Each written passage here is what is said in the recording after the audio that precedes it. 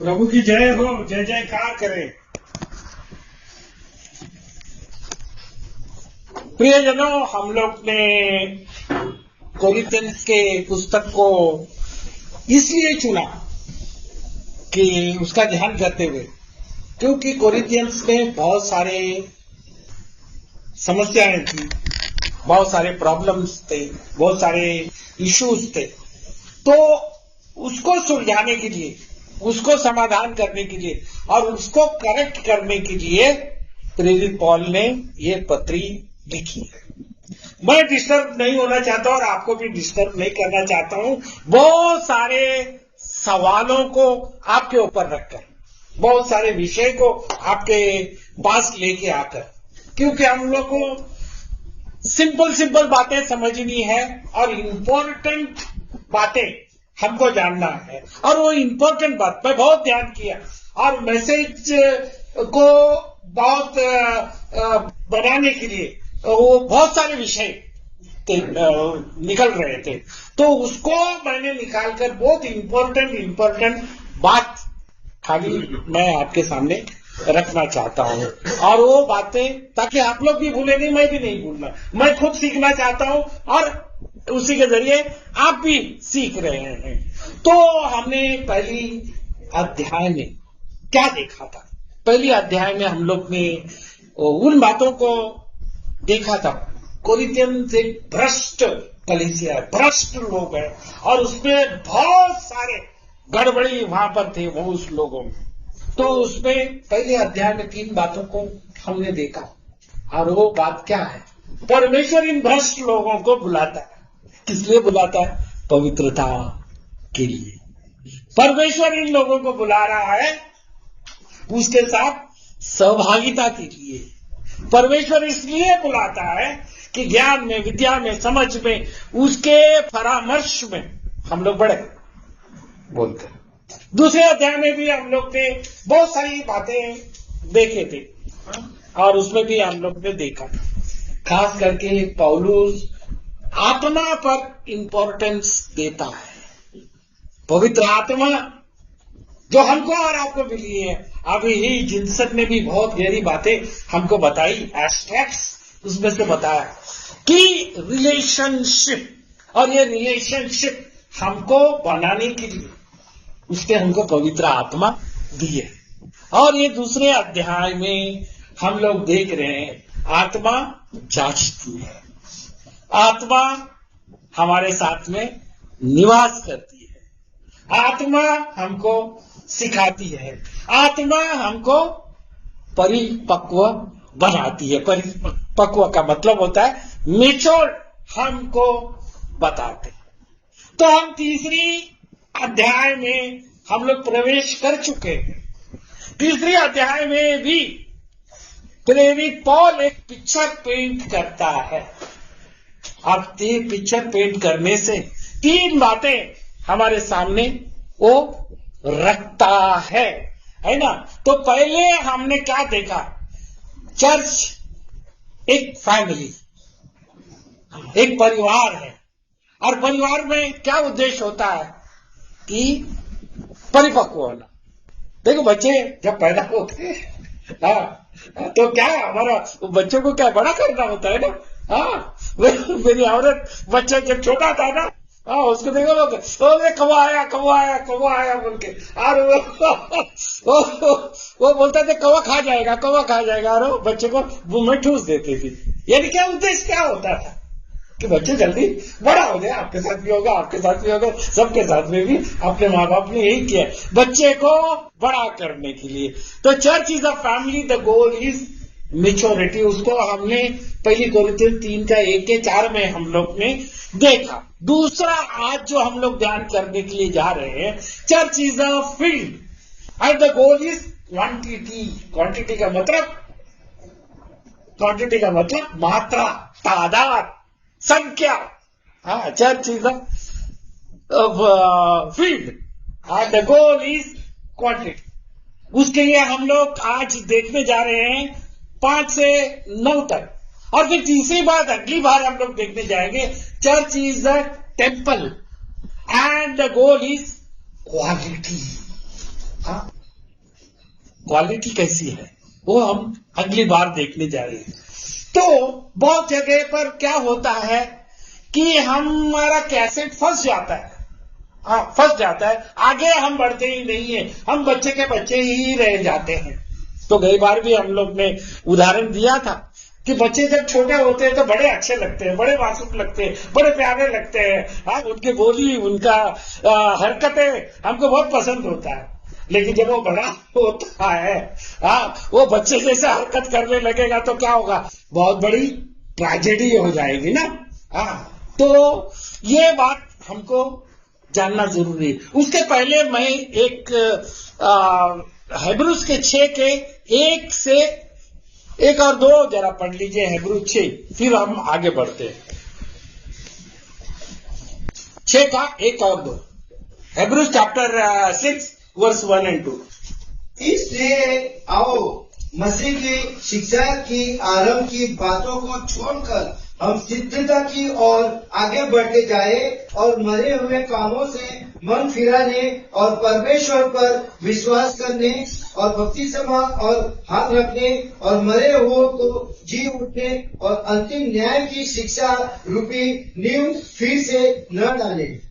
हाँ देखो यहाँ पर बोलता है अभी बोलता है ये बुनियादी बातें, सैद्धांतिक बातें, हमारे उद्धार की बातें, ये जो है इम्पोर्टेंट तो है एक, लेकिन ये न्यू ऑलरेडी पढ़ चुकी है। तुमने प्रभु यीशु मसीह के मृत्यु पर, उसके बलिदान के ऊपर तुमने विश्वास कर दिया, तुमने उद्धार पा लिया। अब हम सिद्धता की ओर आगे बढ़े बोलकर, है ना। उसी तीसरे अध्याय के हम लोग ने शुरुआत में पढ़ा, बोलता है ना तुम्हें अभी तक तुम बालक ही हो, हाँ तुम दूध ही पीते हो, हाँ तो तुमको मैंने ठोस आनंद दिया नहीं है। उसमें हम लोग तीसरे अध्याय की शुरुआत में 1 से 4 में हम लोग ने पढ़ा था। तो अभी हम लोग 3 से 5 तक, the field you are the church is the field and the goal is quantity, the field और quantity, field का मतलब खेती और quantity का मतलब quantity का मतलब संख्या, प्रमाण, हाँ कितना तुम तादाद तुम्हारा होता है। तो आइए हम पढ़े 5 से 9 तक। अब पौलुस क्या है और पौलुस क्या है? केवल सेवक जिनके द्वारा तुमने विश्वास किया, जैसा हर एक को प्रभु ने दिया। मैंने लगाया और पौलुस ने सींचा, परंतु परमेश्वर ने बढ़ाया। आगे इसलिए न तो लगाने वाला कुछ है और न सींचने वाला, परंतु परमेश्वर ही सब कुछ है जो बढ़ाने वाला है। लगाने वाला और सींचने वाला दोनों एक है, परंतु हर एक व्यक्ति अपने ही परिश्रम के अनुसार अपने ही मजदूरी पाएगा, क्योंकि हम परमेश्वर के सहकर्मी हैं। तुम परमेश्वर की खेती और परमेश्वर की रचना हो। बस हम लोग इतना तक पढ़ेंगे। परमेश्वर इस पढ़ी गई वचन पर अपनी आशीष दे और हमको सिखाए, हमको जैसे बोला था कि हम उद्देश्य के साथ जन्मे हुए हैं, तो ये उद्देश्य हमारे लिए क्या है बोलकर। प्रेरित पॉल को एग्रीकल्चर के बारे में, खेती बाड़ी के बारे में अच्छा ज्ञान है, इससे पता चल जाता है। हमको ये सब्जेक्ट बड़ा ही पसंदीदा है। कई पत्रों में उसने लिखा है और यहाँ पर भी उसने लिखा है, यू आर गॉड्स हस्बेंड्री, तुम परमेश्वर की खेती हो, परमेश्वर का बगीचा हो। Simply means you are God's cultivated field, God's garden बोलते हैं। सिर्फ ये बात हमको याद रखना है कि हम परमेश्वर के सींची हुई खेत है, परमेश्वर का बगीचा है बोलकर। प्रभु यीशु मसीह ने दुष्टांत बताया, पैराबल बताया मत्ती के 13 में। मैं नहीं चाहता आप लोग उसमें जाए क्योंकि वो लंबा अध्याय है, उसको पूरा पढ़ने के लिए अगर आप बड़े ध्यान से उसको देख लेना। 13वां अध्याय 1 से 9 तक और फिर 18 से 23 तक, उसी 13वें अध्याय क्या बता रहा है परमेश्वर, प्रभु यीशु मसीह क्या बता रहा है। मनुष्य का दिल जो है वो एक मिट्टी के जैसा होता है। The heart of a man is like a soil. तो तुम्हारी मिट्टी कैसी है? तुम किस मिट्टी के बने हो, है ना? और वो मिट्टी के बारे में इसकी परिभाषा भी देता है थोड़ी, है ना? भूमि पर पड़ी जो ये था, पथरीली भूमि थी, कांटे कटारे की भूमि थी, थोड़े भी इसमें पड़े थे बोलकर। तो तुम्हारी मिट्टी कैसी है? तुम्हारे दिल की मिट्टी कैसी है? तो बोलता है लोकल चर्च जो होता है वो एक खेती के जैसा, एक मिट्टी जो होता है, अच्छी मिट्टी जो होती है वो होता है। तो उसका उद्देश्य क्या होता है? वो फल प्राप्ति करे बोलकर उसका उद्देश्य ये होता है। तो इसका मतलब क्या हो गया? प्रेरित पौल कोरिन्थियंस के अनेक समस्या, उनकी भ्रष्टता को डील करने के लिए ये उदाहरण क्यों दे रहा है बोलकर, ये उदाहरण क्यों दे रहा है? इससे क्या हासिल होने वाला है? उसका मतलब ये था कि तुम लोग है ना फल दिया करो। तुम फल देने के जगह पर है ना तुम्हारा ध्यान भटक जा रहा है। तुम्हारा ध्यान भटक रहा है वो काम करने वाले लेबरर्स लोगों पर, मजदूर लोगों पर, उसके तरफ देखने का छोड़कर तुम्हारे मिट्टी से तुम फल दिया करो बोलकर। और वो ये बात बताता है कि हर एक को टास्क असाइन किया हुआ है। ओके, वो बोलता है ना, हम पॉल बोलता है, पॉल अपोलोस क्या है? हमको टास्क दिया है, हमको कुछ काम दिया गया है, वो काम हम करते हैं। तुमने क्या करना है बोलकर, है ना? पढ़ लीजिए 3:5, पहले पढ़े 3:5। अपोलोस क्या है? अपोलोस क्या है और पौलुस क्या है? केवल सेवक जिनके द्वारा तुमने विश्वास किया, जैसा हर एक को प्रभु ने दिया। मैंने लगाया, अपोलोस से सीखा। बस 3 और 5 के ऊपर ही मैं थोड़ा ध्यान करना चाहता हूं। और वो क्या बोलता है ना, हमारा देखने का दृष्टिकोण, हमारा सेंटर ऑफ अटेंशन जो होता है वो लेबरर्स लोगों पर नहीं होना है, लेबरर्स लोग के पर नहीं होना है। देखिए वो क्या बोलता है कि एक ने आकर भूमि सींच कर चला गया, दूसरे ने आकर भूमि पर बीज बोकर चला गया, तीसरे ने आकर उसके अंदर खाद डाला, पानी डाला, चौथे ने आकर है ना फसल काट डाला। तो ये सबको अपना अपना काम दिया गया है। तो उनके तरफ में देखो, पौलुस के तरफ मत देखो, इसके तरफ मत देखो, तुम या प्रीचर्स एंड स्टैटिस्टिक्स के और मत देखो, उपदेशों और उसके आंकड़ों की तुलना मत करो। तुम्हारा काम क्या है, तुम्हें किस उद्देश्य से डाला गया है? 6ठी पंक्ति जरा पढ़ लेना। मैंने लगाया, अपोलोस ने सींचा, परंतु परमेश्वर ने बढ़ाया। 7ठी। इसलिए न तो लगाने वाला कुछ है और न सींचने वाला, परंतु परमेश्वर ही सब कुछ है जो बढ़ाने वाला है। तो हमारा ध्यान है ना भटक न जाए। हमारा आकर्षक का केंद्र कुछ दूसरा न बन जाए। हमने उत्पाद करना है, प्रोडक्शन हमको देना है। अब 3 बातें मैं इनके बारे में मैं बता रहा हूं, बहुत ही इंपॉर्टेंट है, इसलिए कि तो लगाने वाला कुछ है, न सींचने वाला कुछ है, परंतु परमेश्वर जो है बढ़ाने वाला। 3 बातों की तरफ मैं आपका ध्यान लेके जाना चाहता हूं। सबसे प्रथम बात जो है डाइवर्सिटी ऑफ मिनिस्ट्री, मतलब सबको विभिन्न विभिन्न कार्य दिए गए हैं। एक ने आके सींचा, जमीन को तैयार किया, दूसरे ने आकर बीज बोया, तीसरे ने आकर उस पर पानी डाला और खाद डाला, दवा डाला, उसमें कोई कीड़े मकोड़े न लगे, और चौथे ने आके फसल लगाया। प्रसंग काट के रखा गया। तो सबका सबका अपना अपना विभिन्न काम है।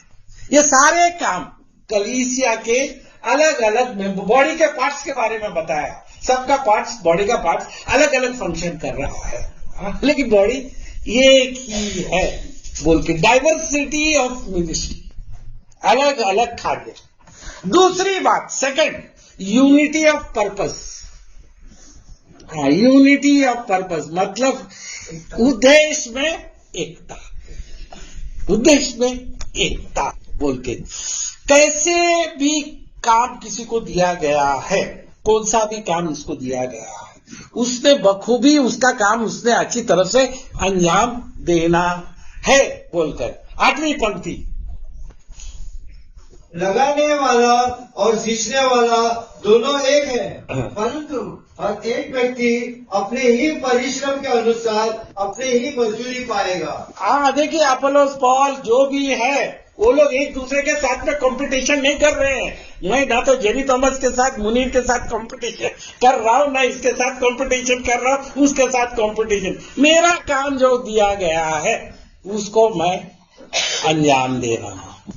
अभी एक फैक्ट्री ले लो, है ना, एक फैक्ट्री के अंदर जो प्रोडक्ट उधर बनता है उसका रॉ मटेरियल किधर से आ रहा है?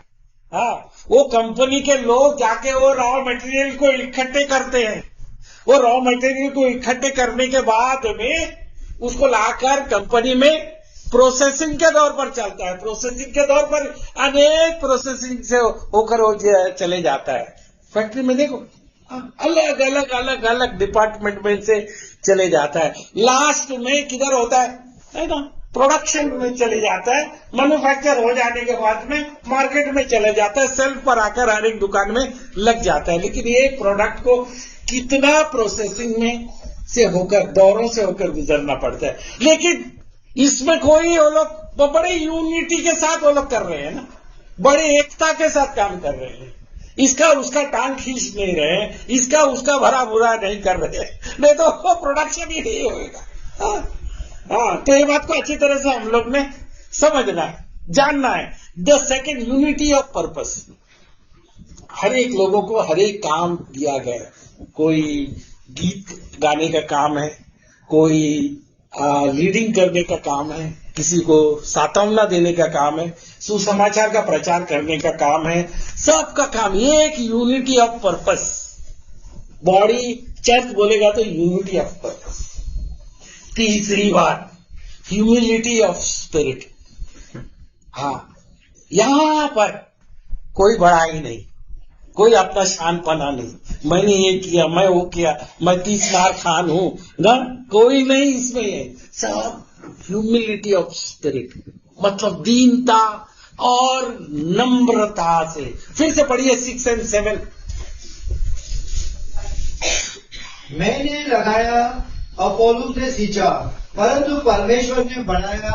इसलिए न तो लगाने वाला कुछ है और न सींचने वाला, परंतु परमेश्वर ही सब कुछ है जो बढ़ाने वाला। इंपॉर्टेंट हमारा परमेश्वर, इंपॉर्टेंट हमने प्रोडक्टिव होना, उत्पाद हम लोग ने करना है। हर एक का काम हर एक ने करना है, और इसके बीच में प्रभु का होना बहुत जरूरी है।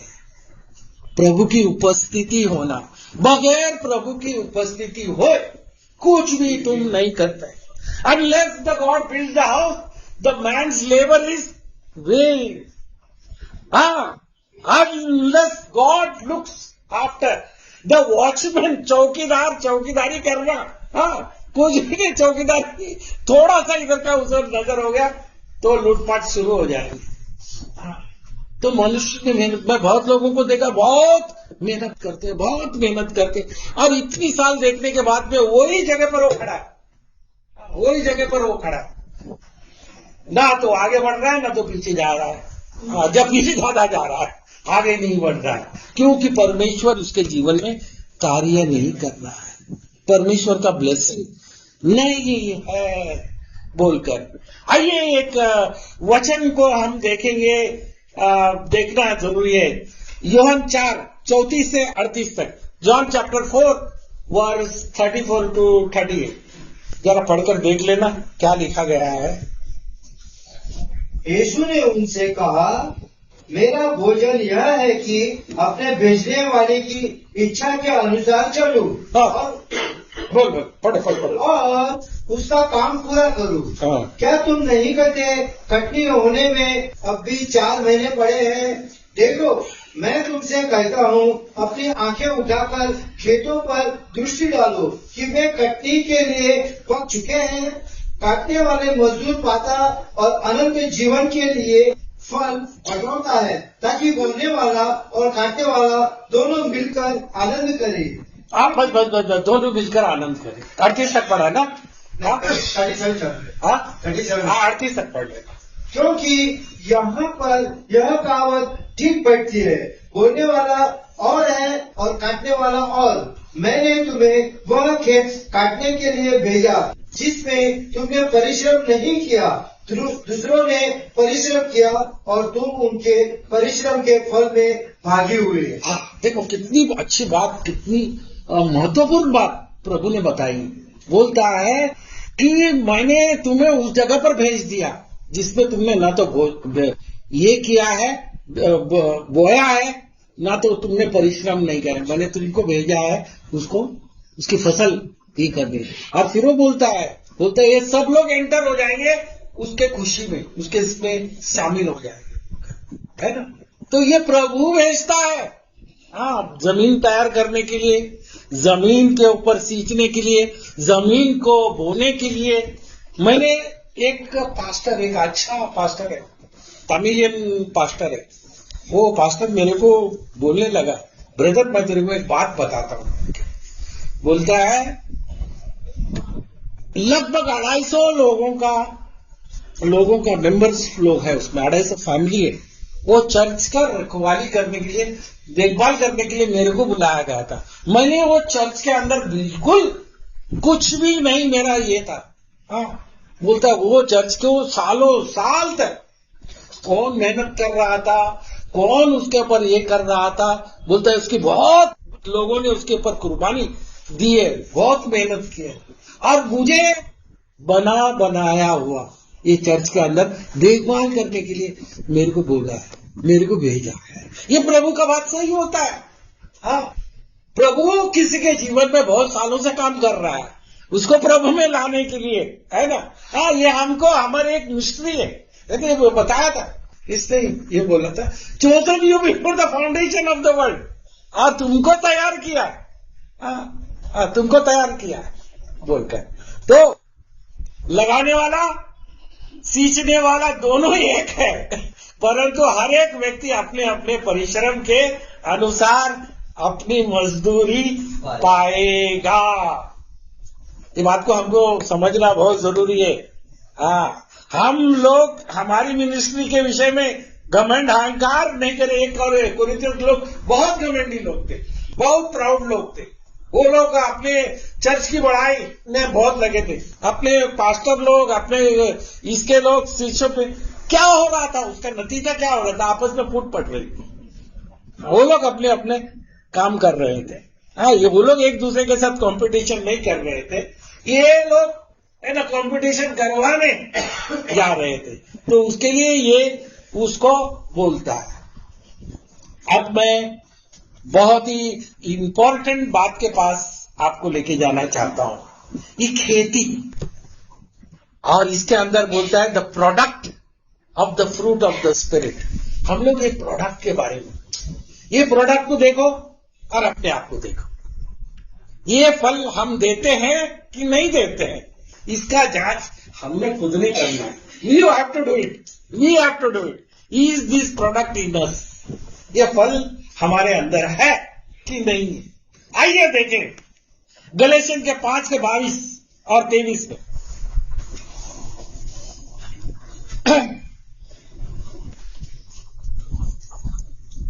बड़े ध्यान से सुनिए इसको। क्या है आत्मा का फल? मैं कुछ रेफरेंसेस दूंगा, फटाफट पढ़ना तेरा काम है।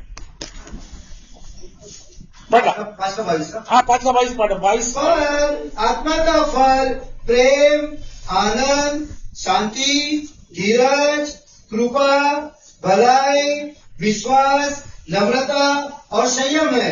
ऐसे ऐसे कामों के विरोध में कोई भी व्यवस्था नहीं। बस अब ये चेक करेंगे हम लोग का गिरेबान में देखेंगे ये फल हमारे अंदर है या नहीं है। क्या है फल? कौन सा है? सबसे पहला प्रेम। दूसरा कौन सा है? आनंद, तीसरा शांति, इधर मेल लिखा है, शांति मेल। धीरज, कृपा, भलाई, विश्वास, नम्रता और संयम। ये है क्या फल हमारे अंदर? इसको हमको चेक करना हमको चेक करना, दूसरों के आगे नहीं बताना है, हमने अपने आप को चेक करना है। और ये फल देने के बाद ये इतना नहीं है। ये फल के बारे में इतना ही नहीं है, आगे और भी है। जाओ मेरे साथ में रोमन 6:22 में। होलीनेस, पवित्रता, ये फल हमारे जीवन में है कि नहीं है, इसको हमको देखना है। 6:22 परंतु अब पाप से स्वतंत्र होकर और परमेश्वर के दास बनकर तुमको फल मिला, जिससे पवित्रता प्राप्त होती है और उसका अनंत जीवन में है। अब बस क्या होता है? फल जो मिला, ये फल जो हमारे अंदर है ना, प्रेम, आनंद, धीरज, कृपा, भलाई, विश्वास, नम्रता, संयम बोल के, ये फल के साथ साथ ये जुड़ा हुआ है पवित्रता। ये देखना जरूरी है। हमारी सोच कैसे है, हमारे विचार कैसे है, हमारी नजर कैसी है, हमारा ध्यान कैसा है। हम अपने आप को, ये बहुत इंपॉर्टेंट है ना। पवित्र प्राप्त होती है, उसका अंजाम अनंत जीवन है। पवित्रता, blessed are the pure in heart for they shall see God. धन्य है जो मन के शुद्ध है, परमेश्वर को देखेंगे। Without holiness no one can see God, Hebrews के पुस्तक में लिखा गया है। ये बात हमको चेक करना है। पवित्रता, दैट इज वेरी इंपॉर्टेंट। ये भ्रष्ट लोग, कोरिन्थियंस लोगों के भ्रष्ट लोग के गंदे विचार, गंदी सोच से भरे हुए लोगों को ये वो निर्देश दिया जाता है कि पवित्रता केवल। फिर ये पवित्रता ही नहीं है, कुछ और वर्च्यूज, सद्गुण उसके अंदर है। कौन सा सद्गुण होना चाहिए? रोमियो का 15:26 जरा पढ़ लीजिए। ये सब जरूरी है, जरा रेफरेंस पढ़ने के लिए आप ये नहीं होना, टालना नहीं, क्योंकि ये इंपॉर्टेंट है, क्योंकि ये हमारे आत्मा से जुड़ी हुई है, हमारे उद्धार से जुड़ी हुई है। ये बात हमारे अंदर है कि नहीं? देखो 15:26 देना, हाथ जरा ढीला करना। क्योंकि मकदूनिया और अखया के लोगों को यह अच्छा लगा कि यरूशलेम के पवित्र लोगों में निर्धनों के लिए कुछ चंदा करे। And it pleased them that are of Macedonia and Achaia to make certain contribution for the poor saints which are in Jerusalem. बोलकर हमारा हाथ ढीला है, आपली मूठ घट्ट करून चालणार आहे, आपल्याच याच्यामध्ये ठुसून चालणार नाही। हात ओला केला पाहिजे, हात ढीला पण केला पाहिजे। तो ये गिविंग, ये एक सद्गुण है। उद्धार पाए हुओं का ये एक सद्गुण है। तो आगे बढ़ते हैं और एक बात हम लोग देखेंगे, गुड वर्क्स, भले काम। कोलोसन 1:10, कोलोसन 1:10, ताकि तुम्हारा चाल चलन प्रभु के योग्य हो और वह सब प्रकार से प्रसन्न हो और तुम में हर प्रकार के भले कामों का फल लगे और तुम परमेश्वर की पहचान में बढ़ते जाओ। परमेश्वर का जितना तुम बढ़ते जाओगे उतना तुम्हारे अंदर से उत्पन्न होगा भले काम। भले काम हमको करता ही करना है, इसीलिए हमको सृजा हुआ है। ये भले काम के लिए हमने उद्धार नहीं पाया, हाँ, अनुग्रह से ही तुम्हारा उद्धार हुआ है, तुम्हारे कामों को लेकिन तुमको ठहरा है भले काम करने के लिए। हाँ, तो इसका हमको आइडेंटिफिकेशन कैसा मिलता है? हाँ, जो हर एक विश्वासी अपने जीवन से भलाई करता है ना। और तीसरी अपना ये बात है कि हम स्तुति प्रशंसा करें निरंतर। हाँ, हम लोग उस गीत को भी गाते हैं ना, शालुटी नैनन का बोलकर वो गीत को, हिब्रूस का 13:15।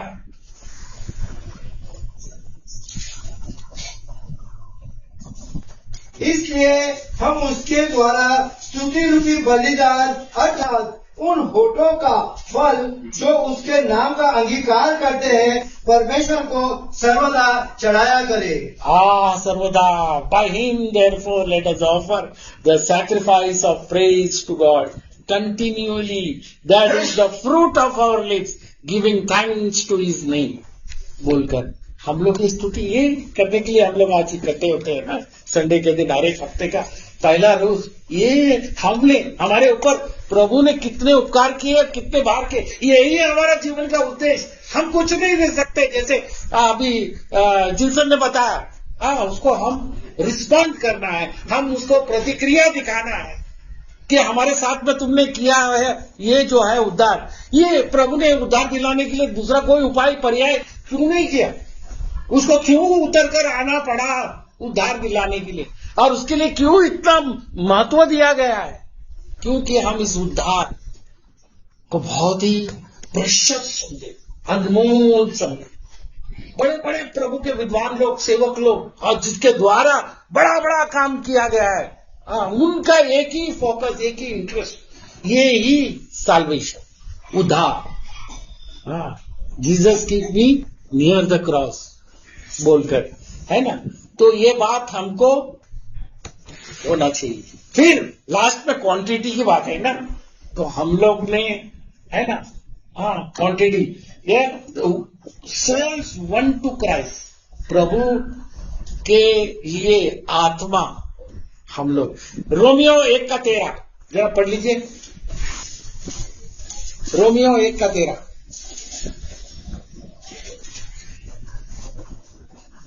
हे भाइयों, मैं नहीं चाहता कि तुम इससे अनजान रहो कि मैंने बार बार तुम्हारे पास आना चाहा कि जैसा मुझे दूसरी अन्य जाति में फल मिला वैसे ही तुम में भी मिले, परंतु अब तक रोका गया। बस I would not have you ignorant brethren, that often times I purpose to come unto you, but was let hitherto, that I might have some fruit। तो बार बार तुम्हारे पास आना चाहा जैसे मुझे अन्य जातियों में फल मिला। फल इंपॉर्टेंट दिया गया है। फल वो तुमने उद्धार पाया है ना, उद्धार हमने पाया है, तो हमारे हाथ अंदर बीज है, बीज और फल देने का। जैसे फ्रूट के अंदर किरण बहुत अच्छे तरह से जानता होगा फल के बारे में। पेड़ को काट लो, पियर्स को काट लो, उसके अंदर बीज मिलेगा ना। एप्पल को काट लो, उसके अंदर बीज मिलेगा। चीकू काट लो, उसके अंदर बीज मिलेगा। हर एक फल में अपना अपना बीज होता है। इसी तरह हर एक लोगों ने जो उद्धार पाया है उसके अंदर बीज होता है और फल देने का। हर फल देने का। तुमने उद्धार पाया है, तुम्हारे अंदर बीज है, तुम्हारा अंदर प्रोडक्शन है, तो वो फल हमको देना है, और इसी से परमेश्वर प्रसन्न होता है। यूहन्ना के 15 में अगर आप जाओ, उसका 1 से 8 तक अगर आप पढ़ो, मैं नहीं चाहता हूं आप वो सब पढ़े बोलकर, लेकिन 1 से 8 तक उसमें बराबर आपको बताया कि कैसे आप फल दे सकते हो, किस तरह से आपको फल देने का विधि, क्या वो तत्व, उसे पढ़ने की जरूरत नहीं है, लेकिन एक वर्ष पढ़ो, 8वीं पंक्ति, उसकी 8वीं पंक्ति। मेरे पिता की महिमा उसी से होती है कि तुम बहुत सा फल लाओ, तब ही तुम मेरे चेले ठहरोगे। ये प्रभु का डिटरमिनेशन क्या लिखा है? मेरे पिता की महिमा इसी से होती है कि तुम बहुत सा फल लाओ, तब ही तुम मेरे चेले ठहरोगे। Herein is my Father glorified, that you bear much fruit, so shall ye be my disciples. हम लोग प्रोडक्टिव बनना है ना? और ये प्रोडक्टिव बनने के लिए है ना, ये बोल रहा है ना, ये वो ख्याल रखना है हमारी मिट्टी को। हाँ, हमारी मिट्टी को बहुत ख्याल रखना है। हम हार्वेस्ट प्रोडक्ट करने वाले, आलसी लोग न बने, कर्मनिष्ठ मेहनती लोग। किसान का काम बहुत मेहनती का काम है। शंभू भी जानते हैं, उसका पिता खेती बाड़ी कर रहे, उसकी भी खेती बाड़ी है, और वो बता रहा है खेत में कितना मेहनत लगता है बोलकर। और वो खेत को ऐसे ही छोड़ दो तो क्या होता है, खेत का हालत क्या होगा। एक वर्ष हम पढ़ेंगे और फिर क्लोजिंग करेंगे। नीति वचन 24 का 30 से 34 तक, प्रोवर्ब्स 24:30 to 34, ये आलसी आदमी के बारे में जो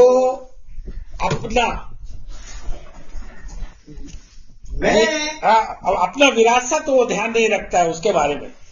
हाँ, मैं आलसी के खेत के पास से, आस्ते आस्ते पढ़ लेना, आस्ते आस्ते पढ़ लेना, बहुत मतलब से भरा हुआ है। मैं हाँ, आलसी के खेत के पास से और निर्बुद्धि मनुष्य की दाख की बारी के पास से होकर जाता था। तो क्या हो गया? देखा क्या देखा कि वहाँ सब कहीं कटीले पेड़ भर गए हैं और वह बिच्छू पौधों से ढक गए हैं, हाँ, और उसके पत्थर का बाड़ा गिर गया था। हाँ, तब हाँ, मैंने देखा और उस पर ध्यान पूर्वक विचार किया। हाँ, मैंने देखकर शिक्षा प्राप्त की। छोटी सी नींद, एक और झपकी, थोड़ी देर हाथ पर हाथ रखकर और लेटे रहना। हाँ, तब तेरा कंगालपन डाकू के समान और तेरी घटी हथियारबंद मनुष्य के समान आ पड़ेगी। वाह! तो हमको क्या बोला है? ये सबक लेने के लिए बोला है, इसका से अभ्यास लेने के लिए बोला, लेसन लेने के लिए बोला। हम हमारे उद्धार का है ना, हमारी मिट्टी का बारे में हम दुर्लक्ष्य नहीं करें, उसको जतन से उसका हम उस पर मेहनत करें, और जो तत्व बिगाड़ने वाले तत्व एलिमेंट्स जो है हमारे अंदर, उसको उखाड़ के फेंके। बहुत लोगों का, विश्वासी लोगों का भी डिस्ट्रक्टिव मेंटालिटी है। मैंने ऐसी बातें सुनी है, डिस्ट्रक्टिव मेंटालिटी। वो डिस्ट्रक्टिव मेंटालिटी को पहचान ले और उसको उखाड़ कर फेंक दे। हम लोग पॉजिटिव रहना है, हमारी मिट्टी अच्छा फल लेके आना है। एक में 30 गुना, एक में 60 गुना, एक में 100 गुना। हम लोग प्रोडक्टिव बनना है, यही बात हमको बता रहे हैं। शैतान बहुत बिजी है, बहुत बिजी है। आपस में भेदभाव लेके आना, खींचातानी करना, मत्सर बिगाड़ना। हम लोग की बिल्डिंग में शंभू है, उसका साक्षी गवाह है। कितनी साल से ये काम चलता आ रहा है। दुष्ट एक दूसरे को देखेगा तो लड़ाई झगड़े के लिए तैयार होता है, एक दूसरे के ऊपर टूट पड़ने के लिए तैयार होते हैं, एक दूसरे को मार काटने के लिए तैयार हो जाते हैं। ये शैतान का काम इतनी सालों से चलता आ रहा है। हम लोग रोज प्रार्थना कर रहे हैं, अमन, शांति, प्रेम, मेल मिलाप, सामंजस्य हमारी बिल्डिंग में आ जाए, हमारे परिसर में आ जाए। हम पर हमला ना होए, हम पर अटैक ना होए, कर हम लोग निरंतर प्रार्थना कर रहे हैं, और उसको दुर्लक्ष्य कर रहे हैं। उनके जो छीटाकशी के ऊपर, उनके जो अत्याचार के ऊपर, उसके जो अन्याय के ऊपर, उसके जो ये जो जहरीली जबान जो है, उसके ऊपर हम कान बंद कर रहे हैं। उसके विषय में हम लोग बातचीत ही नहीं करने जा रहे हैं। वो छोटा सा विषय लेते हैं, छोड़ देते। तो उसके तरफ हमको ध्यान नहीं हो। नेचुरल एलिमेंट से हमको नुकसान करने वाले, हमको नाश करने वाले। तो हम क्या करें? हमारी भूमि को, हमारे सॉइल को कल्टीवेट करें, उसको सींचे, उसके अंदर से वो तत्वों को निकाल दे, बोल के, और परमेश्वर के बीज, वचन का बीज उसके अंदर बोए और उसका फल हम निकाले। तो प्रभु हमारी सहायता करे, हमारी मदद करे, और प्रभु आगे भी हम लोग इसके बारे में ध्यान करें तो वो प्रभु के नाम की महिमा हो।